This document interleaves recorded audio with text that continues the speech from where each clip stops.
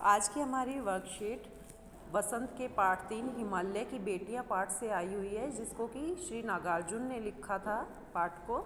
इसमें हिमालय की बेटियां यानी कि हिमालय से निकलने वाली नदियों के बारे में बताया गया है।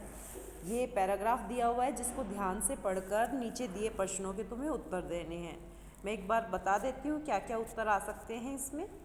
प्रश्न नंबर 1 है, खेलते खेलते यह नदियाँ किन पेड़ों के जंगलों में पहुंच जाती है। इसके उत्तर में हमें पेड़ों के नाम लिखने हैं जो अनुच्छेद में दिए हुए हैं। अब इसका उत्तर आ जाएगा देवदार, चीड़, सरो, चिनार, सफ़ेदा और कैल के जंगलों में ये नदियाँ पहुंच जाती हैं। दूसरा प्रश्न है, सिंधु और ब्रह्मपुत्र के अलावा और किन किन नदियों के नाम बताए गए हैं। इसमें आ जाएगा दूसरा जो हिस्सा है अनुच्छेद का, उसमें से रावी, सतलुज, व्यास, चिनाब, काबुल, कपिशा, गंगा, यमुना, सरयू, गंडक, कोसी, इन नदियों के नाम बताए गए हैं। प्रश्न नंबर 3 है, सिंधु और ब्रह्मपुत्र की क्या विशेषताएं बताई गई हैं। इसका उत्तर आएगा, सिंधु और ब्रह्मपुत्र नदी ना होकर महानदी हैं, क्योंकि इसके अंदर बहुत सारी छोटी छोटी नदियां आकर मिलती हैं, इसलिए इनको महानद कहा गया है। प्रश्न नंबर 4 है, नदियों से होने वाले लाभों के बारे में सोचकर इस विषय पर एक निबंध लिखना है। तुम्हें इसके अंदर नदियों से हमें जो जो लाभ होते हैं उसके 7-8 पॉइंट बना के लिखने हैं या पैराग्राफ लिखना है।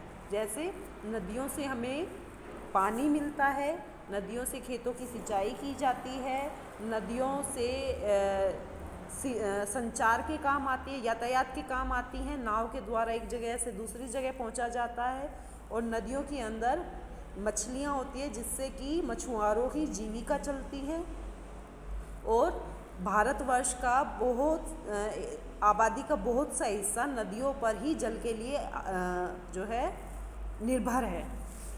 और इसका एक ये आ सकता है कि नदियों के द्वारा पानी की समस्या दूर होती है। तो इस तरह के तुम्हें 8-10 पॉइंट बना के इसमें लिखने हैं। ये काम पूरा करोगे और शाम तक इस काम की फ़ोटो खींचकर ग्रुप पर भेजोगे।